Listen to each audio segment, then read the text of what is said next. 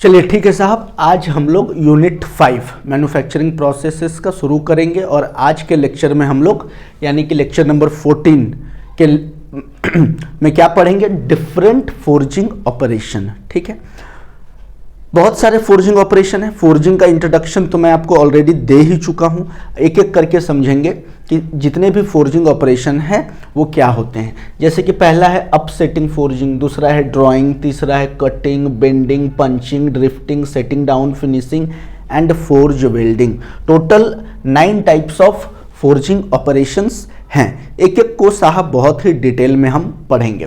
पहला है upsetting forging. देखिए अपसेटिंग का क्या मतलब होता है। अपसेटिंग का मतलब होता है कि एक आपके पास वर्कपीस रहेगा, ठीक है। देखिए एक लंबा सा आपके पास वर्कपीस है ना, ये सिलिंड्रिकल शेप का है साहब। अब इसके ऊपर जब हम हथौड़ा मारेंगे तो इसका जो लेंथ है ये घटेगा और डायमीटर बढ़ेगा। एकदम आसान तरीके में समझिए कि एक लॉन्ग वर्कपीस होगा, जब इसके ऊपर हम लोग हैमरिंग करेंगे या प्रेस करेंगे तो क्या होगा, इसका लेंथ घटेगा और डायमीटर बढ़ेगा साहब। बस यही है आपका अपसेटिंग। ठीक है, ये क्यों लाइट डिस्टर्ब कर रहा है, ठीक है ना साहब। तो हम लोग जब भी हैमरिंग करेंगे तो हमेशा हीटेड पार्ट पर करेंगे, यानी कि ये वाला पार्ट काफ़ी हीट होना चाहिए, काफ़ी गर्म होना चाहिए, जिससे क्रैकिंग का खतरा नहीं रहता है। बात समझ में आ गया होगा। व्हाट इज अपसेटिंग पढ़ दे रहा हूँ। It is a forging operation use to increase the thickness, है ना। अब यहाँ पर अब थिकनेस कुछ होगा, यहाँ पे थिकनेस बढ़ गया रहेगा। या फिर क्रॉस सेक्शन, यहाँ पर क्रॉस सेक्शन देखिए छोटा है, लेकिन ये वाला क्रॉस सेक्शन देखिए काफ़ी बड़ा हो गया। Of a metal piece by reducing its length, इसका ओरिजिनल लेंथ ये था, आफ्टर फोर्जिंग लेंथ इसका घट गया। It is one of the most common forging operation specially use to form bolt head. जब भी हम लोग बोल्ट बनाते हैं ना, जानते हैं ना बोल्ट कैसा होता है, बोल्ट ऐसा होता है, देखिए है ना, इस तरह का कील नहीं देखें, इस तरह का कील, दैट इज कॉल्ड बोल्ट, है ना। तो इसको बोलते हैं bolt head. This one is bolt head. और बहुत बार ऐसा भी होता है कि इसमें थ्रेडिंग किया हुआ रहेगा, इस तरह से भी रह सकता है, और इसमें थ्रेडिंग किया हुआ रहेगा, है ना। That is also called bolt head. ठीक है, रिवेट बनाने के लिए एक्चुअली में ये रिवेट है, देखिए एक्चुअली में this one is a rivet, ये वाला रिवेट है, और ये आपका बोल्ट हेड है, और ये पूरा बोल्ट है। ये बनाने के लिए इस्तेमाल होता है। इसका हेड जो होता है इसी तरह से हम लोग बनाते हैं, ठीक है, पीट पीट के, by upsetting forging and fasteners. और बहुत सारे फास्टनर्स बनाने में, जैसे हुक बनाना है ना, बहुत सारी चीज़ों को बनाने में हम लोग अपसेटिंग का इस्तेमाल करते हैं। ठीक है, when a compressive force is applied along the length of a heated metal bar. ठीक है, कंप्रेसिव फोर्स लगाएंगे अलोंग द लेंथ, ये आपका लेंथ है तो along the length of the heated metal bar, ये वाला सेक्शन आपका काफ़ी हीट रहेगा, तो क्या होगा, लेंथ घटेगा और एंड डायमीटर इंक्रीज, और डायमीटर बढ़ेगा। इसी प्रोसेस को अपसेटिंग बोलते हैं। बहुत ही ईजी है, अगर आप ये डायग्राम याद रखेंगे तो आपको अपसेटिंग फोर्जिंग बहुत आसानी से आप समझ सकते हैं। ठीक है साहब, इसको लिखिए, फिर हम लोग नेक्स्ट पढ़ेंगे ड्रॉइंग डाउन फोर्जिंग। ठीक है साहब, नेक्स्ट है आपका drawing operation, drawing down forging. It is just opposite of upsetting. इसमें क्या करते हैं, देखिए एक आपका ये वर्कपीस है जिसको हमने एनविल के ऊपर में रखा हुआ है। ठीक है, एनविल के ऊपर में हमने क्या रखा है, वर्कपीस। जब इसको दबाएंगे तो इसका लेंथ बढ़ जाएगा और थिकनेस घट जाएगा। उसमें क्या होता था, अपसेटिंग में आपने पढ़ा, अपसेटिंग में क्या होता था, लेंथ घटता था, है ना, और थिकनेस बढ़ जाता था। यहाँ पर आप देखिएगा कि थिकनेस घट जाता है और लेंथ बढ़ जाता है, जस्ट अपोजिट ऑफ अपसेटिंग। ये प्रेस है साहब, प्रेस से ये आपका पूरा वर्कपीस है, ध्यान से समझिए, ये पूरा आपका वर्कपीस है। अभी इसका जो लेंथ है ये L है, जैसे ही और इसका थिकनेस T है, T। जैसे ही इसको दबाएंगे इसका लेंथ देखिए ये लंबा हो गया ना लेंथ, और थिकनेस अभी इतना था ये इतना हो गया, घट गया थिकनेस। इसी को बोलते हैं हम लोग ड्राइंग डाउन फोर्जिंग, और इसको स्वैगिंग भी बोलते हैं। It is a forging operation in which a metal bar or rod is stretched to reduce its diameter, है ना, या थिकनेस। अगर सिलिंड्रिकल होगा तो इसका आपका क्या होगा, डायमीटर को हम लोग घटाएंगे और लेंथ को बढ़ाएंगे। Reduce its diameter and increases its length. This is the opposite of upsetting where thickness decreases and length increases, ठीक है। This operation is often performed on a hot or warm metal to make it ductile and prevent cracking. ज़्यादातर कोशिश करते हैं कि ये जो आपका वर्कपीस हो वो हॉट हो, ताकि अगर इसके ऊपर हम दबाव डालेंगे तो उसमें क्रैकनेस जनरेट ना हो, ठीक है। जैसे इससे हम लोग साफ्ट भी बनाते हैं, एक्सल बनाते हैं, रॉड बनाएंगे, खिंचा हुआ स्पिंडल, एलोंगेटेड स्पिंडल बनाते हैं, टेपर्ड रॉड, बहुत सारे एप्लीकेशंस हैं इसके, ठीक है। तो ये है आपका ड्राइंग डाउन फोर्जिंग, ठीक है, समझ में आ रही है। तीसरा है कटिंग। कटिंग का मतलब होता है कि सिंपली हमको कट करना है, जितना ज़रूरत का चीज़ है उतना रखेंगे, बाकी जो एक्स्ट्रा मटेरियल है उसको कट करके निकाल देंगे। तो इससे हम लोग कटिंग का भी काम करते हैं by the use of shearing force, है ना। सीयरिंग फोर्स एक तरह का स्लाइडिंग फोर्स होता है और कटिंग फोर्स होता है। It is a forging process in which a portion of the metal is cut or remove from a work piece using shearing force to prepare it for further operation, ठीक है। मान लीजिए soft बनाना है और soft का size हमारे पास इतना ही है, इतना बड़ा साफ्ट बनाना। सपोज ये आपके पास रॉड है, सिलिंड्रिकल रॉड है, मान लीजिए this is a cylindrical rod, और आपका जरूरत है बस इतना ही पार्ट का, बस ये वाला पार्ट का जरूरत है, तो ये एक्स्ट्रा पार्ट है ना। तो इस एक्स्ट्रा पार्ट को हम लोग क्या करेंगे, सीयरिंग फोर्स की मदद से कट करके निकाल देंगे। बात समझ में आया। तो ये किसके, ये हम लोग कटिंग फोर्जिंग ऑपरेशन से भी कर सकते हैं, ठीक है। This operation is usually performed on a hot work piece, ठीक है। गर्म रहेगा तो कटिंग करने में आसानी होगी, सीयरिंग फोर्स कम लगेगा। बिलेट बनाएंगे, ब्लैंक, रॉड, साफ्ट, बार, या फिर एक्सेस मटेरियल को कट करना है, फोर्स्ड कंपोनेंट, ये सारे इसके एप्लीकेशंस है। बस आप इतना समझिए कि हम लोग फोर्जिंग से कटिंग का भी काम कर सकते हैं, जो भी एक्स्ट्रा मटेरियल है उसको ट्रिम कर सकते हैं, ठीक है। ड्राइंग तो आप समझ ही गए, ठीक है। इसको आप लिखिए, फिर हम लोग नेक्स्ट फोर्जिंग ऑपरेशन पढ़ेंगे।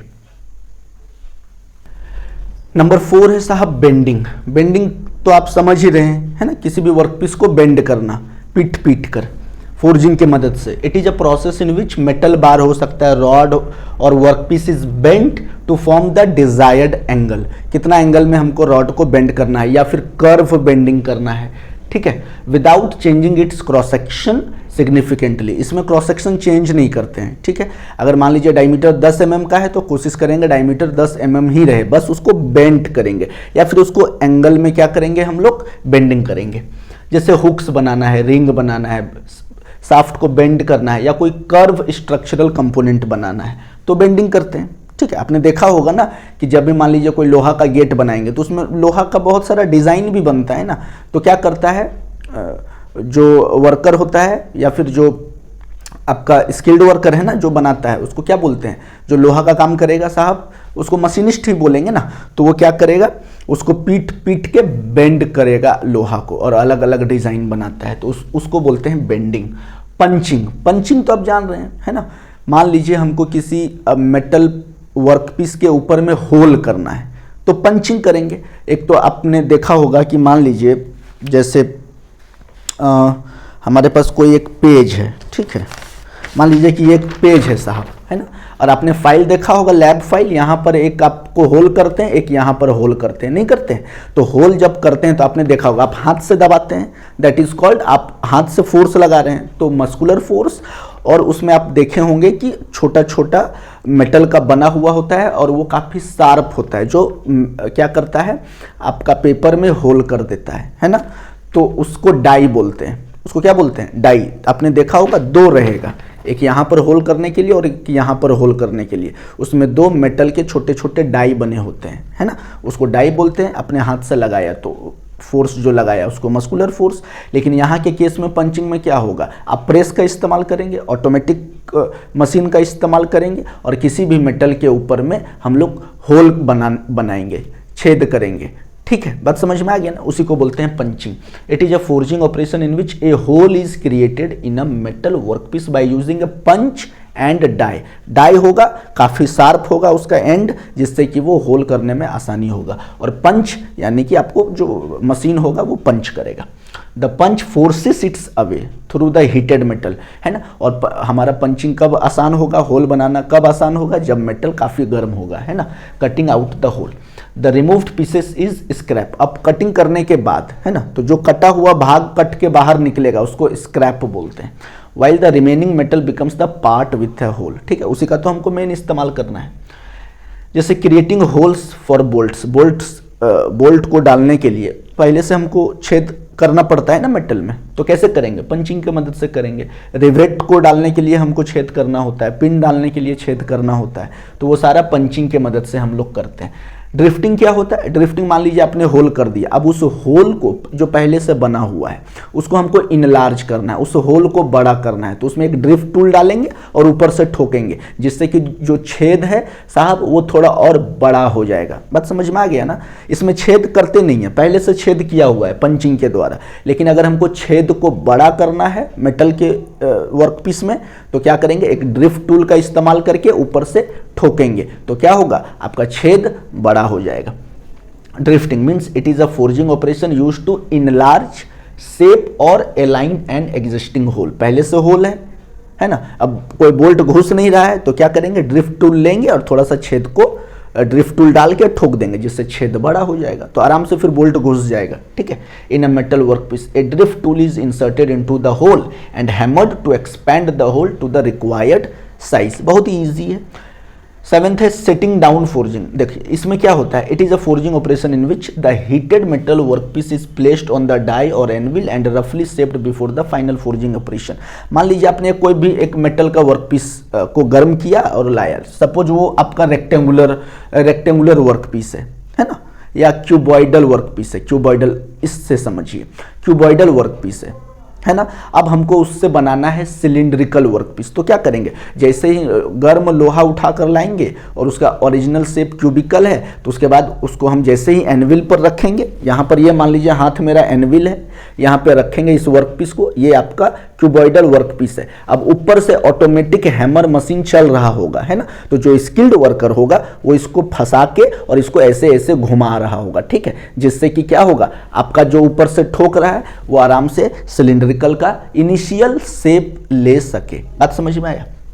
So it is a forging operation in which the heated metal workpiece is placed on the die or anvil and roughly shaped before the, देखिए roughly shaped, पूरा सिलेंडर तो बना नहीं देगा लेकिन एक मतलब एक आकार तैयार कर देगा before the final forging operation। जैसे initial shaping of bolt, blank, shaft और रॉड्स, है ना।